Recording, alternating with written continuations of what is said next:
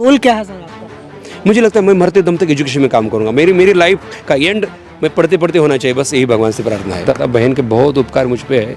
अगर उस बहन का मेरा घर नहीं रहता लातूर में तो मुझे लगता है मैं पढ़ाई भी नहीं कर सकता था। अगर चमड़ी के अगर उसको मैंने चप्पल भी करके दी तो उसके उपकार कभी मैं से नहीं हो सकता। इतने मेरी बहन के उपकार है क्योंकि उसने 15 साल तक मुझे संभाला।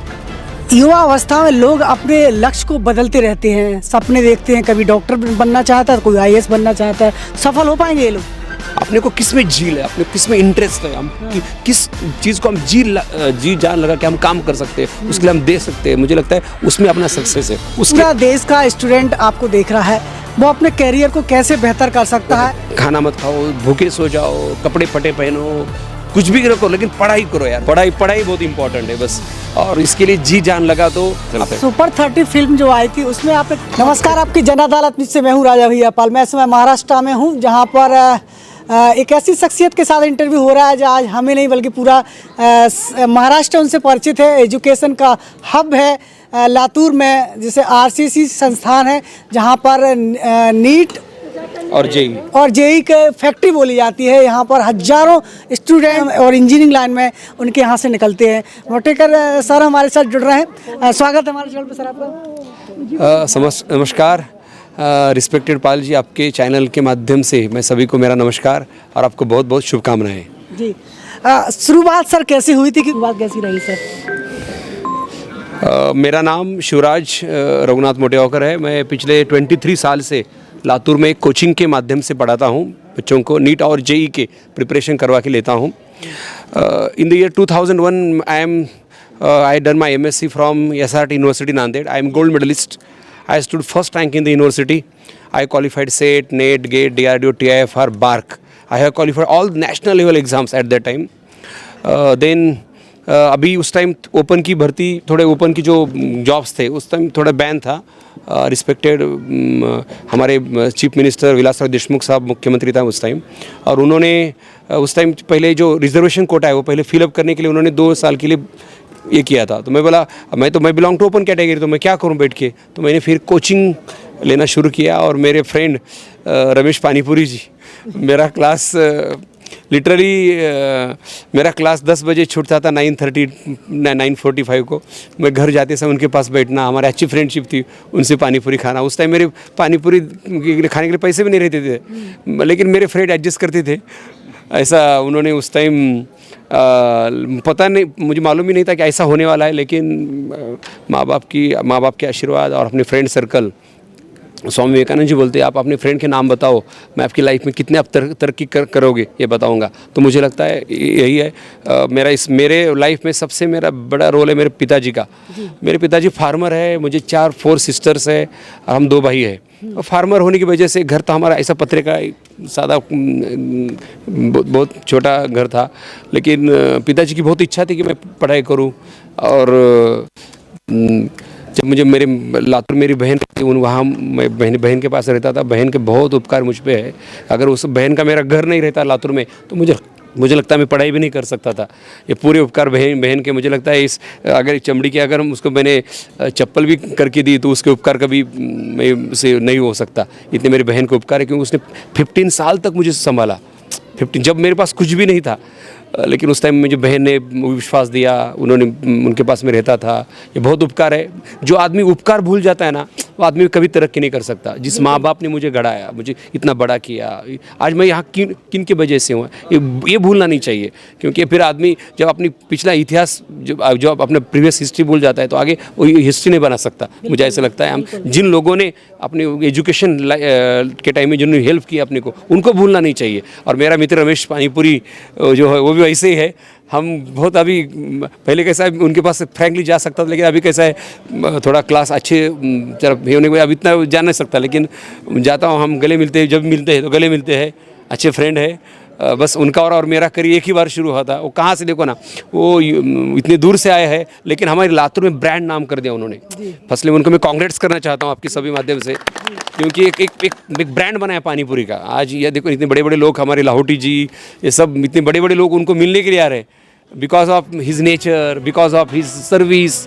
देखो मोटे होकर लोगों को पसंद नहीं है, मोटे होकर जो केमिस्ट्री पढ़ाता है वो पसंद है, रमेश हमें पसंद नहीं, रमेश की पानी पूरी पसंद है, इसकी वजह से हमें रमेश याद आने लगता है। लेकिन कुछ देर के बाद आदमी क्या होता है मालूम है क्या, एक एयर में चलने लगता है। मुझे लगता है मैं मोटे होकर मैं ये अपने ब्रेन में नहीं आना चाहिए, मेरी केमिस्ट्री इससे हम जब तक अटैच रहेंगे, समझो आप न्यूज़ के माध्यम से, आपकी पहचान ही न्यूज़ है, आप इसमें जितना करोगे तो मुझे लगता है और आपको तरक्की हो जाएगी। व्यक्ति हमेशा वर्क से और ब्रांड से पहचाना जाता है, नाम से नहीं। करेक्ट, बहुत बढ़िया वर्ड है अपना, अपने काम पे लगा रखिए बस। हमारा फ्रेंड वैसे ही काम पे लगा रखता है, 100% अपने वर्क को देना चाहिए। यस 100%। मुझे लगता है आज कुछ नए जो स्टूडेंट्स हैं उनको एक आपको बताना चाहता हूँ, कौन सा भी बिजनेस लीजिए उसके लिए आप 15 आवर आप टाइम दीजिए, 15 आवर उसके लिए टाइम दीजिए। आपको मैं बोलता हूँ आपको अनसक्सेस आपकी डिक्शनरी में नहीं वर्ड नहीं रहेगा। 15 आवर आपके ब्रेन में वही होना चाहिए। लेकिन अगर समझो मैं कोचिंग लेता हूँ, मैं पढ़ाता हूँ बच्चों को, 15 आवर मेरे ब्रेन में वही चाहिए। अगर समझो मैं दूसरा कोई कौन सा सब्जेक्ट लूँगा, मैं दूसरे में नहीं जाना चाहिए। मुझे ऐसा लगता है एक ही आदमी के फोकस करो, बस आपके सक्सेस आपके पीछे आएगा, आपको सक्सेस के पीछे जाने की जरूरत नहीं है, मुझे ऐसा लगता है। युवा अवस्था में लोग अपने लक्ष्य को बदलते रहते हैं, सपने देखते हैं, कभी डॉक्टर बनना चाहता है, कोई IAS बनना चाहता है। सफल हो पाएंगे ये लोग? मुझे लगता है आपने बहुत अच्छा क्वेश्चन पूछा है। लेकिन बच्चे कैसा मालूम है कि स्टूडेंट को मैं अपील करना चाहता हूँ कि अब समझो मेरे सामने वाला क्या बन चुका है, वो डॉक्टर बन चुका है, इंजीनियर बन चुका है, समझो बिजनेस में करता है, उन्होंने ये बिजनेस डाला, इससे सक्सेस नहीं आता। अपने को किस में झील है, अपने को किस में इंटरेस्ट है, हम किस चीज़ को हम जी जान लगा कि हम काम कर सकते हैं, उसके लिए हम दे सकते हैं, मुझे लगता है उसमें अपना सक्सेस है। उसके किसके लिए हम इतना एफर्ट्स देने के लिए तैयार है। देखो काम ऐसा करना चाहिए, कितना ही काम करो आपको कभी ये नहीं होना चाहिए, आपको उसका बोझ नहीं लगना चाहिए। समझो मैं अभी कोचिंग लेता हूँ, हमारा रमेश पानीपुरी का उनके लातूर में इतना फेमस है, उनको बोझ नहीं लगना चाहिए, उनको ऐसा अंदर से वो फीलिंग आनी चाहिए, तभी आदमी सक्सेस मिलता है। कहते हैं पानी पूड़ा बहुत छोटा सा काम है, लोग कहते हैं क्या करते हो, पानी पूरी का काम करते हो, तो थोड़ा सोचते हैं क्या काम करते हैं आप।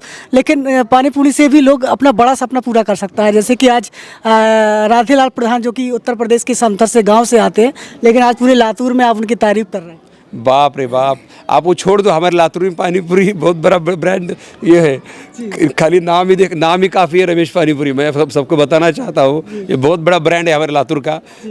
We all Latur are very proud क्या इतनी अच्छी क्वालिटी में नहीं पिछले 23 साल से 24 साल से क्वालिटी वही मेंटेन की है उन्होंने। तो देखिए इतने बड़े बड़े लोग आज उनको मिलने के लिए आ रहे हैं, उनको आज उन लातूर में घर ले आए। मुझे बहुत जब वो कल पत्रिका लेके आए थे, मुझे अरे वाह हमारे लातूर के परमानेंट हो गए, मुझे बहुत आनंद हुआ कि ये लातूर में हमारे लातूर के हो गए। और लातूर बहुत सेफ सिटी है देन अदर सिटीज़। हमारी RCC के नियर अबाउट 10 डिस्ट्रिक्ट में ब्रांचेस है, पूना में है, नासिक में है, संभाजीनगर है, नांदेड़ है, अकोला है, लेकिन कोल्हापुर है। लेकिन मुझे लगता है लातूर सबसे सेफ है। यहाँ के लोग कैसे जो भी अच्छा काम करेगा उसको प्रमोट करते, उसके इसमें उसको ऑब्स्टेकल नहीं करते। तो मुझे लगता है ये लातूर अच्छे लोगों को ही सपोर्ट करता है। जैसे पहले तो एजुकेशन में ही काम करता हूँ, लेकिन हमारे दयानंद शिक्षण संस्था, शाहू शिक्षण संस्था, लाहौटी जी, अपने डॉक्टर जादव सर, इन्होंने जो बनाया, मैं तो अभी क्या फल खा रहा हूँ, लेकिन उन्होंने बहुत मेहनत की। दयानंद शिक्षण संस्था रहने दो, शाहू रहने दो, मैं तो खाली आगे उसको फल खा रहा हूँ, मुझे ऐसा लगता है। सुपर 30 फिल्म जो आई थी उसमें आपने क्या मोटिवेशन दिखा? वाह बहुत बढ़िया। सुपर 30 रिस्पेक्टेड आनंद सर ने अपनी पूरी लाइफ उसमें डाल दी। जो पिछड़ी जाति के लोग हैं उनको बच्चों को उसमें टैलेंट देखना, उनको लाना, उनको फ्री में पढ़ाना इज़ अ रियल क्या model, ideal model for all world.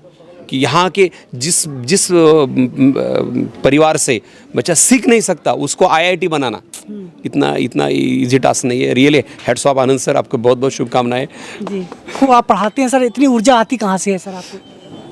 नहीं मुझे लगता है देखो होशियार आदमी मैं समझो होशियार हूँ। होशियार आदमी खाली पेट भरने के लिए कमाता है। जो भी एक्स्ट्रा मिलता है तो मुझे लगता है ये माँ बाप की देन है जी।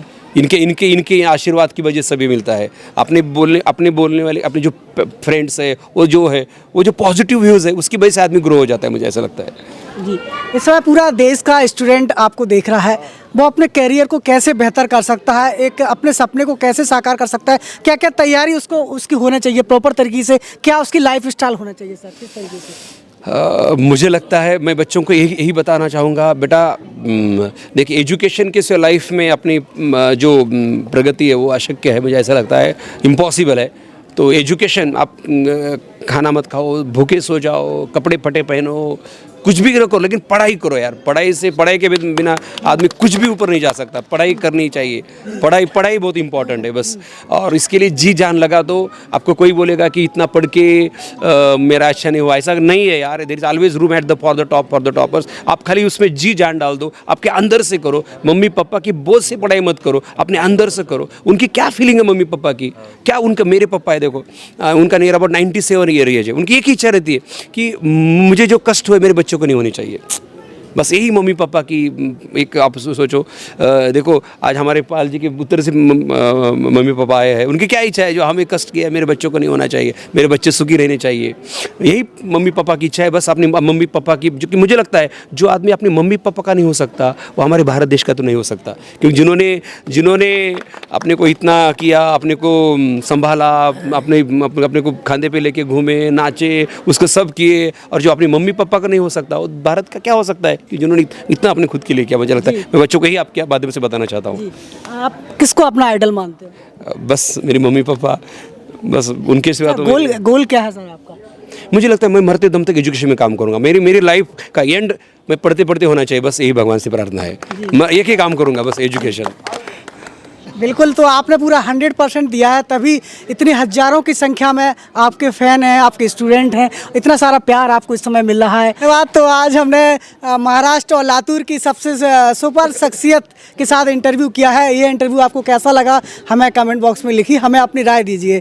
क्या आप आरसीसी जो सर हैं हमारे, उनसे आप इत्तेफाक रखते हैं? हमें लिखिए। जुड़े रहिए हमारे साथ। यह इंटरव्यू कैसा लगा लिखिएगा। बहुत बहुत धन्यवाद सर हमारे साथ बात करने के लिए। Thank you sir.